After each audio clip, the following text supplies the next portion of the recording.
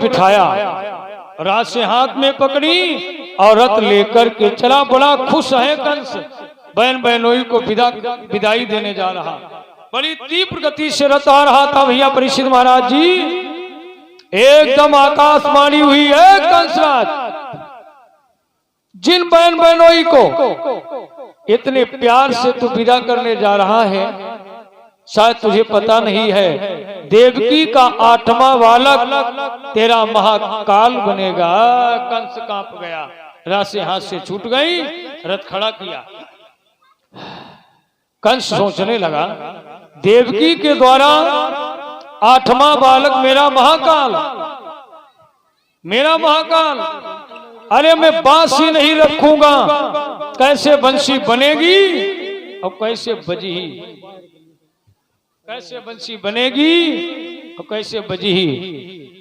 हम देवकी बहन को ही नहीं रखेंगे, 8वां बालक कहां से आएगा। निकाली तलवार, बहन देवकी के केस पकड़कर जमीन में उतारा भोजराज कंस ने, और कहा बहन आकाशवाणी ने अभी अभी कहा है तुम्हारा 8वां बालक मेरा काल बनेगा। आकाशवाणी सुनी, बहन ने कहा हमने नहीं सुन पाई। देखो आकाशवाणी नंद को नहीं सुनाई पड़ी भैया, आकाशवाणी वसुदेव ने नहीं सुन पाई है, आकाशवाणी देव की मां ने नहीं सुन पाई है।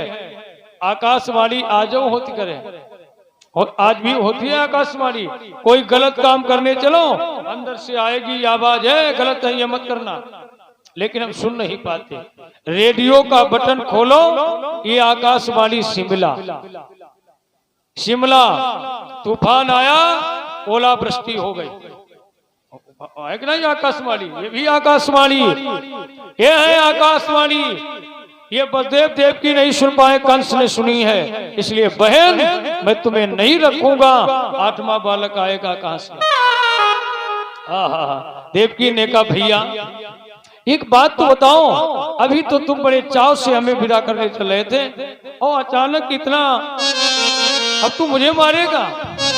भैया एक बात सुनो, अरे अपनी बहना को बर्बाद करना, ये भैया अपनी बहना को बर्बाद करना, फर्ज भैया तुम्हारा नहीं।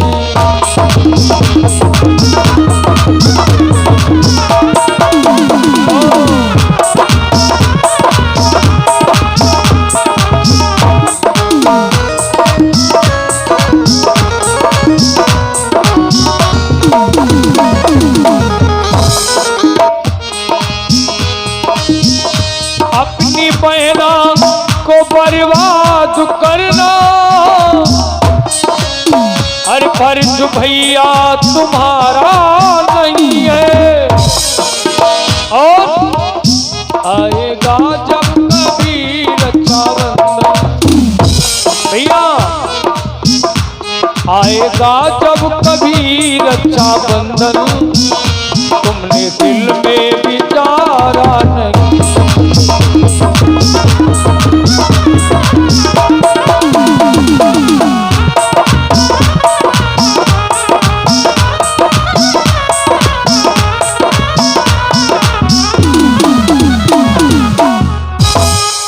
देवकी बहन ने कहा भैया छोड़ दो, मत मारिए।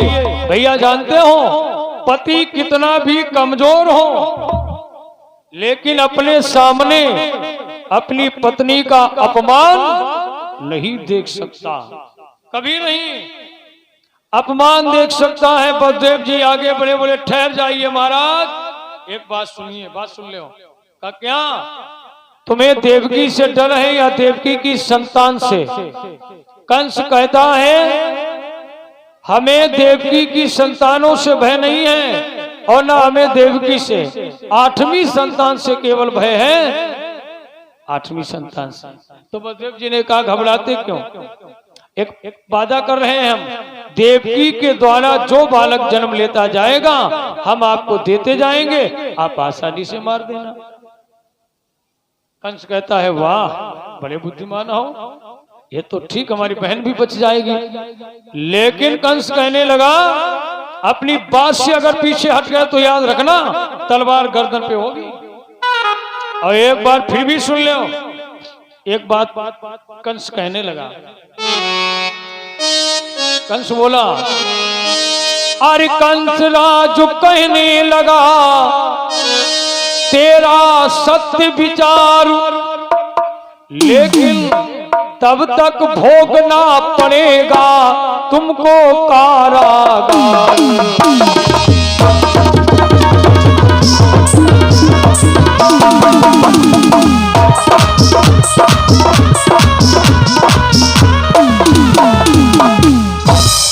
तब तक भोगना पड़ेगा तुमको कारागार।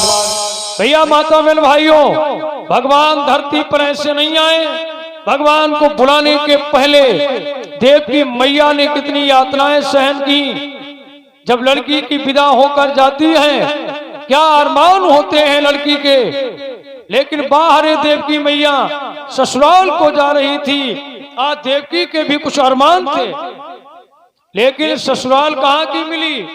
जिन हाथों से मेहंदी का रंग नहीं छूटा, पैर से महावर नहीं छूटा, आज ससुराल कहाँ की मिली, जेल की। वाहरे वक्त वाले समय वक्त कर देता है मोहताज दाने दाने को, समय कर देता है मोहताज दाने दाने को। समय है क्या परीक्षा हो रही है माता की। और हम तो कहते हैं आज भी अगर कोई माँ देवकी बन जाए और पिता वसुदेव बन जाए, भगवान आज भी आ जाएंगे, आज भी अवतार लेंगे भगवान। देखना ठीक है। बलदेव जी ने कहा चलो एकांत में भगवान का भजन फिर भी करेंगे। ले जाकर जेल में बंद कर दिया।